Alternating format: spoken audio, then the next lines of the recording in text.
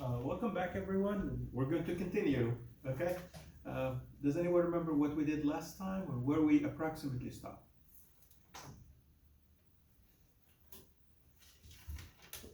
I will remind you if you don't remember. Somebody's model.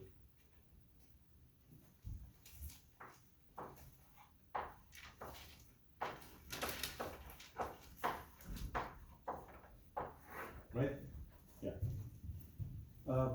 So basically, the Bohr model was just some assumptions basically made up to explain what was happening, okay? The data that people were observing. So it went as follows. You can assume that you have a nucleus and an electron going around the nucleus at some distance. Okay. The distance is r, and the circumference is 2 pi r. Circumference is 2 pi r. And he said, if we can fit a multiple of a wavelength around the circumference, so let's try that. A multiple of a wavelength. And from the de Broglie wavelength, we know that the wavelength of a particle is equal to Planck's constant divided by its momentum. I'm curious if you remember this part. Okay. Now, let's multiply both sides by p and divide both sides by 2 pi. So I get p times r is equal to n times h over 2 pi. And momentum is mass times velocity. In this case, we work with speed. So just m times v times r equals to n times h divided by 2 pi. Can someone remind me what this part is?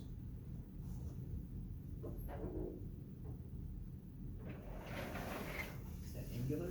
That is the angular momentum, yes. Because remember, angular momentum is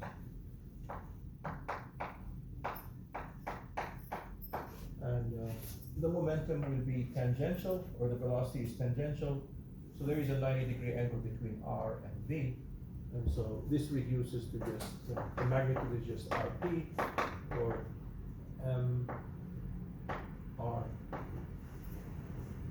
Notice that? Great. We can solve for v here. Now, this is interesting.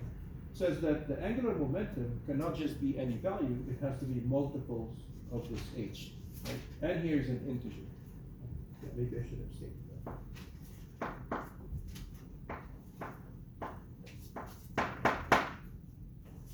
So v is equal to n times h divided by 2 pi times r. And we're going to name this equation, equation 1. The rest, it's a semi-classical model. So the rest is going to be just Newtonian mechanics. And we will invoke this equation when we need it. Okay. Apply Newton's second law, F equal to ma. Force equals to the mass times the acceleration. The force is the force between two charges. And what is the force between two charges? Electrostatics. Yeah. K Q1 Q2 over r squared, right? Yeah. Right. Yeah. So the charges here are each charge is little e. One of them is plus, the other one is minus. So the force is toward the center, but so is the acceleration. It's also toward the center. So there is a minus sign on the left, minus sign on the right. They will go away. So let me write it down. So the product of the charges turns out to just be e squared, and 4 pi epsilon naught 1 over r squared. Does this sound familiar from last semester at some point? How about others? You guys remember this one? K Q1 Q2 over r squared? K is Coulomb's constant, or 1 over 4 pi epsilon naught. Here, m, what's the acceleration if something is going around the circle at some constant speed?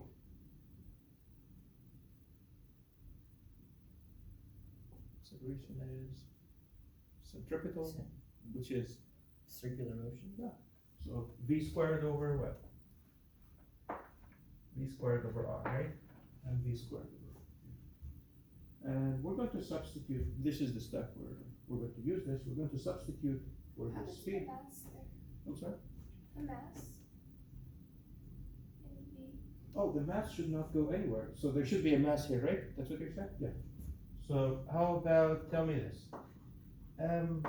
Does this fix it? Yeah. Okay, good.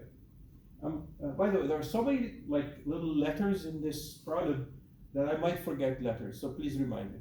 Yeah. And I will double check my answers at the end, just to make sure they match. So the next thing we're going to just rewrite this. So E squared over 4 pi epsilon naught 1 over R squared equals to M divided by R times V squared. Here is V. We're going to substitute this in square. And so we get N squared H squared divided by 4 pi squared M squared R squared. And I need my red chalk to cancel things. So 4 pi cancels this. R squared goes away. This mass gets cancelled by one of these. That's about it. Next is we solve for R. We get little r is equal to N squared, epsilon naught times H squared over M pi M E squared. So pi M E squared. How about this? Let me double check that one. Otherwise it'll be just wrong. N squared, H squared, epsilon naught, pi M E squared. Yeah, that looks good. Perfect. So let's name this equation here, equation number 2. Okay. So I need some action. Next step, we want the energy. So I need to find the potential energy, kinetic energy, add them together to get the total energy. So who can remind me, what is the potential energy here? What kind of potential energy are we talking about? Gravitational, spring potential energy, electrical potential energy, or some kind of other potential energy? What kind of potential energy? What kind of interaction is between the charges? Electrical. So electric potential energy. Does anyone remember the electric potential energy? It's very similar to the force. The product of the charges over 4 pi epsilon naught over, instead of R squared, it's just over R, right? Yeah. But remember, one charge is plus, the other one is minus. So the potential energy is in fact, we call it here, for potential energy, it's minus E squared over 4 pi epsilon naught times little r, but here is little r. We just need to substitute it, so we have to flip it and multiply. So this one, so we get, let's just do it slowly. E squared, 4 pi epsilon naught times 1 over r. So I get pi m E squared over N squared epsilon naught H squared. N squared, let me put the N squared here. And then epsilon naught, and then H squared. Okay, this pi and this pi cancel, and that's it. So that means the potential energy would be minus m e to the 4th power over 4 epsilon naught squared times h squared, and then 1 over n squared. How about this one? This looks fine? No factors missing? I think so too. Yeah. But let me just. potential energy we get. We have ME squared, epsilon naught. Yes, that looks good. The next one is the kinetic energy. By the way, we can put a box around this one. For the kinetic energy, it's 1/2 v squared. But here is v. If we substitute this v, and then there is an r, substitute the r for the this r, for that r, simplify. So I will leave this one as an exercise for you to do. Okay. Is that clear?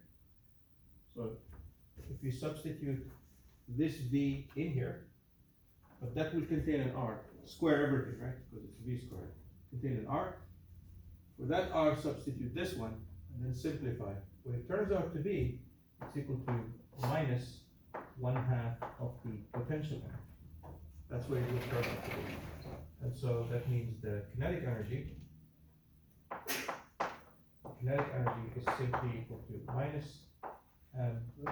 e to the 4th over 8, actually positive, 8 epsilon naught squared h squared is 1 over n squared. And we did go over this, I believe, last time, so that's why I'm skipping some steps. Any questions up to this point so far? Sounds good, reasonable? Good. What's the next step? Why did we find the potential and kinetic? What are we going to use them for?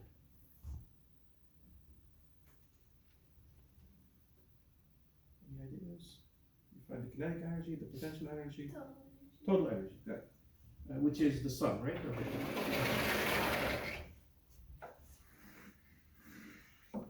Total energy, that's the kinetic, that's the potential.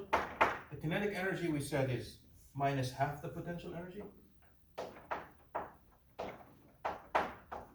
So this will just be 1/2 of the potential energy. So the kinetic energy then, actually, let me ask you this. The total energy is 1/2 of the potential energy. How can that be?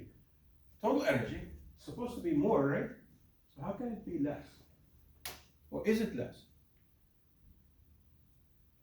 E is 1/2 of U.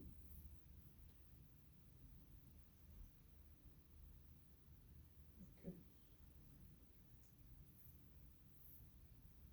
If U is negative, then half of that is larger. Exactly, yeah. So -10, half of it is -5. -5 is larger than -10. Yes, that's good. So it's gotta be negative, yeah. So E is half of U, but U itself is negative. So minus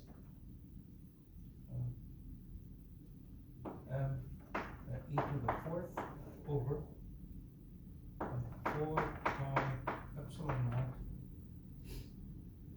squared. Actually, there is no pi, just 4 epsilon naught squared and then h squared. And 1 over n squared. Okay. That's the energy.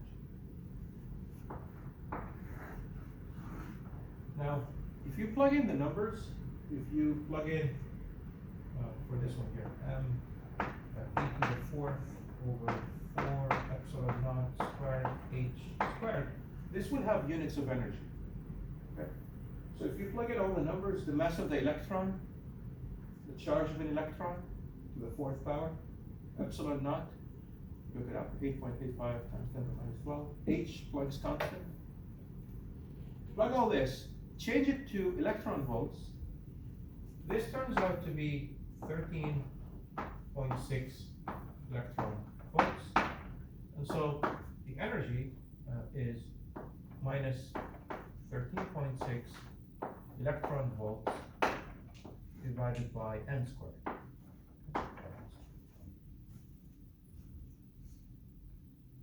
So, in other words, let me say the energy for n equal to 1, E1, you plug in 1 for n, right?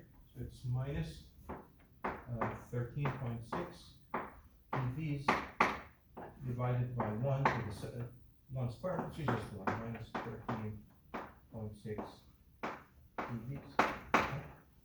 If you want this lowest energy state, I think we said it's called what? The ground state, right? This is the ground state. This is called the ground state.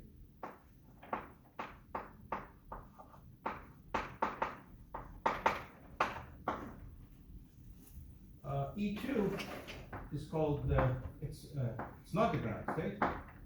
It's the first excited state.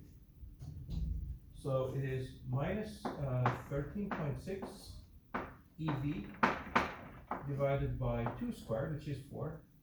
2 squared. Can someone tell me what is this number? 13.6, 6.8, 3.4?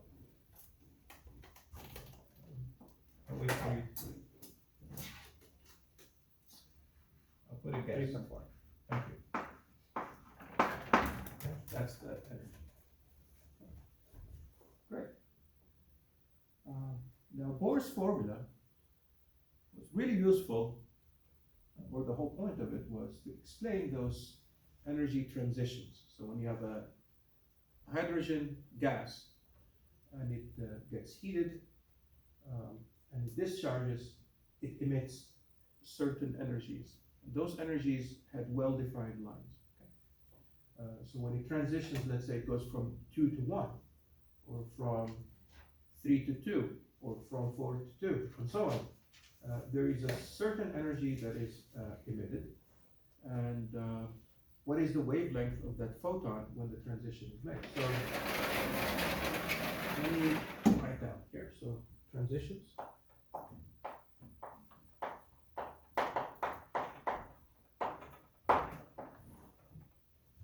So an upper state, I'll use the book's notation. Upper state, they call it an upper, NU, an upper state. And then a lower state,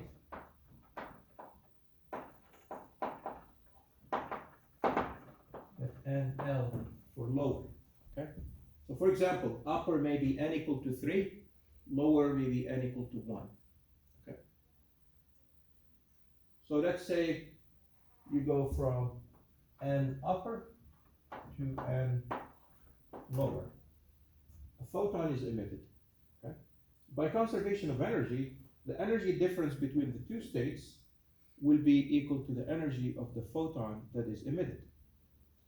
So in other words, the energy for n upper, the energy for n upper minus the energy for n lower is equal to the energy of the photon. And how is the energy of a photon related to its wavelength, or maybe to its frequency? Let's start with that. How is the energy of a photon related to the frequency? Let me write it here. E photon. It's related to the frequency. I'll let you find it if you have some notes.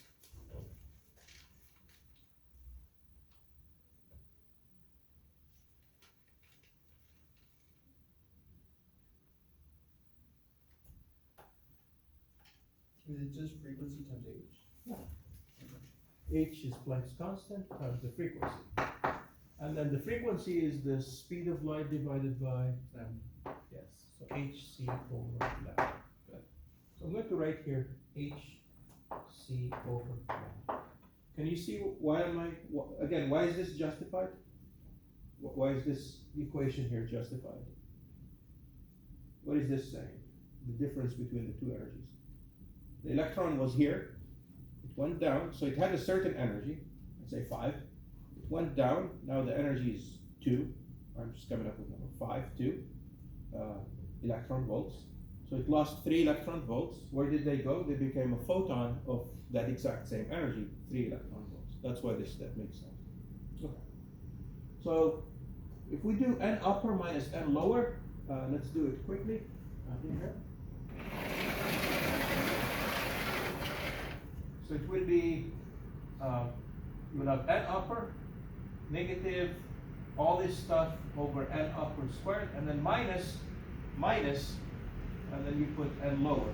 So when you put minus, minus becomes plus, right? So and the n lower will be the plus, and then minus the n upper. So let me write down something and then tell me if you agree with it. So I'm claiming this. HC over lambda is equal to this. M e to the fourth over 4 epsilon naught squared h squared times 1 over n lower squared minus 1 over n upper squared. Do you agree with this or not? Does it make sense? Yeah. I think that should be 8. Huh? Oh yeah, you're right. Thank you for catching that. So that equation there, this should be 8, right? Yeah. Yes, it's right. Thank you. This should be 8. And you didn't catch that sooner? I did not. Yes. But, well, better than late than never, right? Yeah, thank you. And so this should be 8, right? That's good. Perfect. So it means you got it. Okay.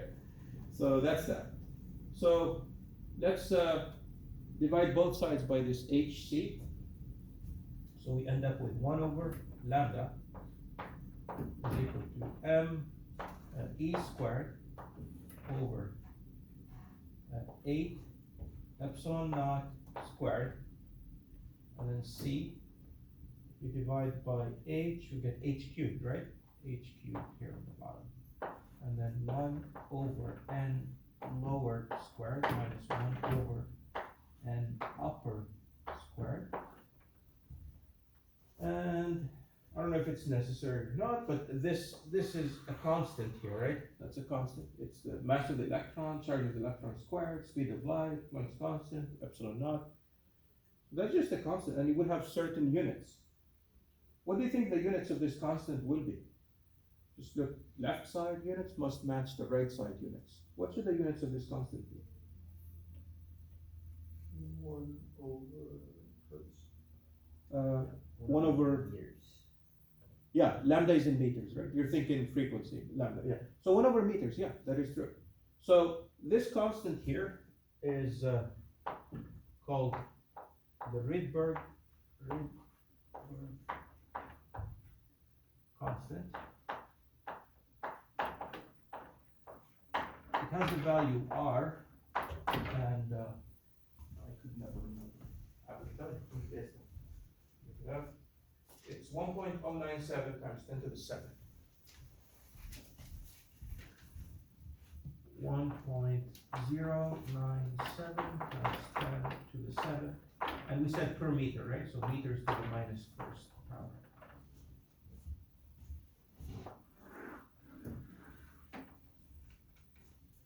Okay. Yeah. Now, again, transitions can happen from an upper level to a lower level, right? Or if it absorbs a photon, it can go from lower to upper. They have certain names. If you took chemistry, transitions from an upper level where it starts at some end and then it ends at 2, those are the Balmer series, and they happen to be visible to UV. Okay. So let me write here. So Balmer series, just a name. So from n upper to n lower equal to 2. So this one is visible or UV. If you do chemistry, you may have seen this. How many people have seen this in chemistry? Transition lines. I should have seen it, I don't remember. Okay. How about the name Balmer from chemistry? No. There is the Lyman series, which goes from n upper to n equal, and lower is 1. So it starts some n and then ends at 1. Okay. So you can let's say here are here are the states, n equal to 1.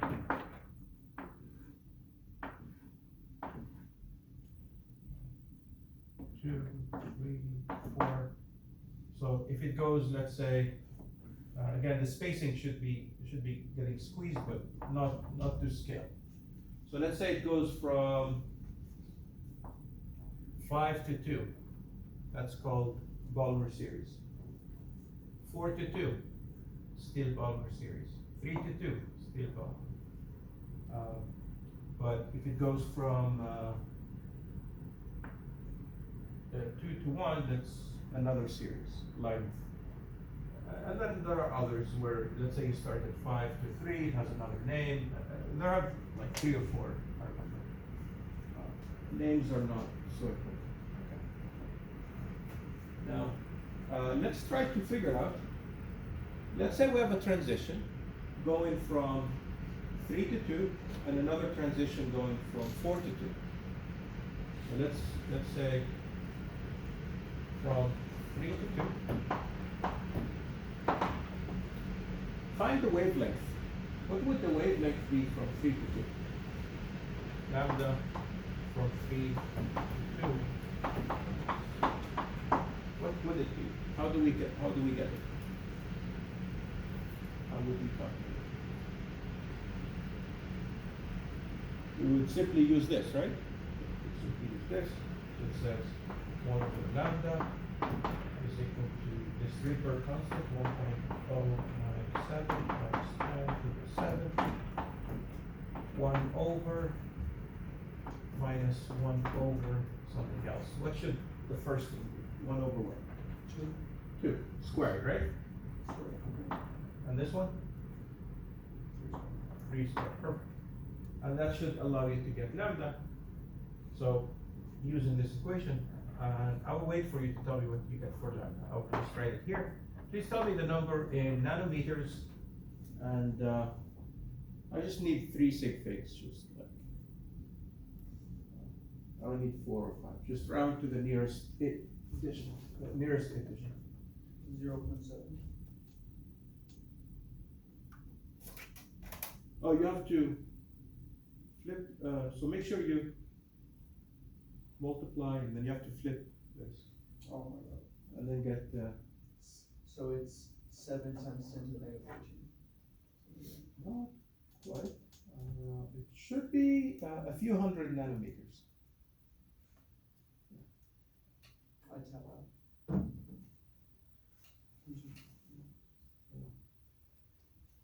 With a calculator, you can do it.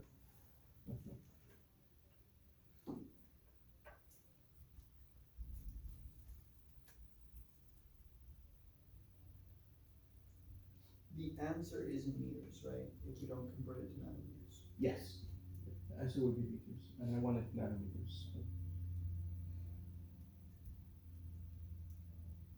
And for those who might be done, try this exercise of round now. 42.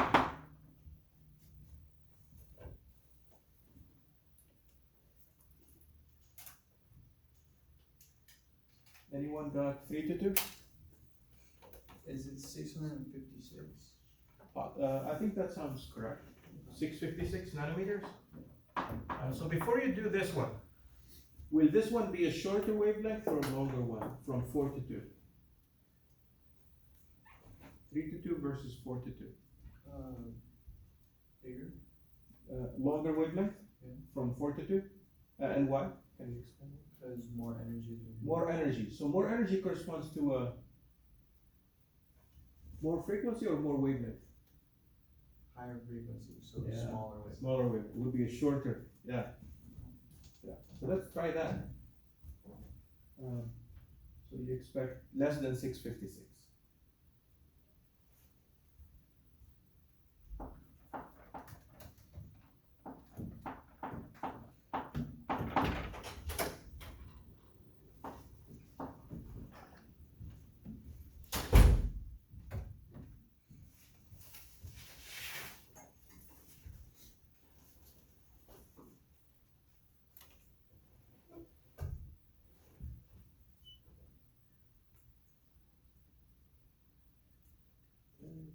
Anyone? Take your answer. I got 486. 486? That sounds right. Okay. I mean, at least it's shorter. Still visible, right? Still visible, yeah. If you do 5 to 2, I think it is still visible and then it becomes UV.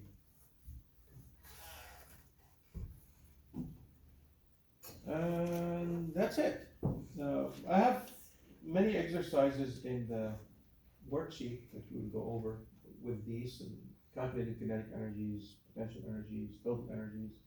So you will get a chance to go through this derivation again on your own in the worksheet. Okay. So our next step is so these spectra here, when an electron goes for a transition in a hydrogen atom, let's say, goes from this level to a lower level, it emits a photon of a certain wavelength, right? So you will see a line for 3 to 2, 656. You will see a line from 4 to 2, 486, and there will be a gap, right? It's not continuous. It's not, there is a line here and a line here, and there is a gap. So our next topic will be the continuous spectra. And so let me pause this one and then start the next.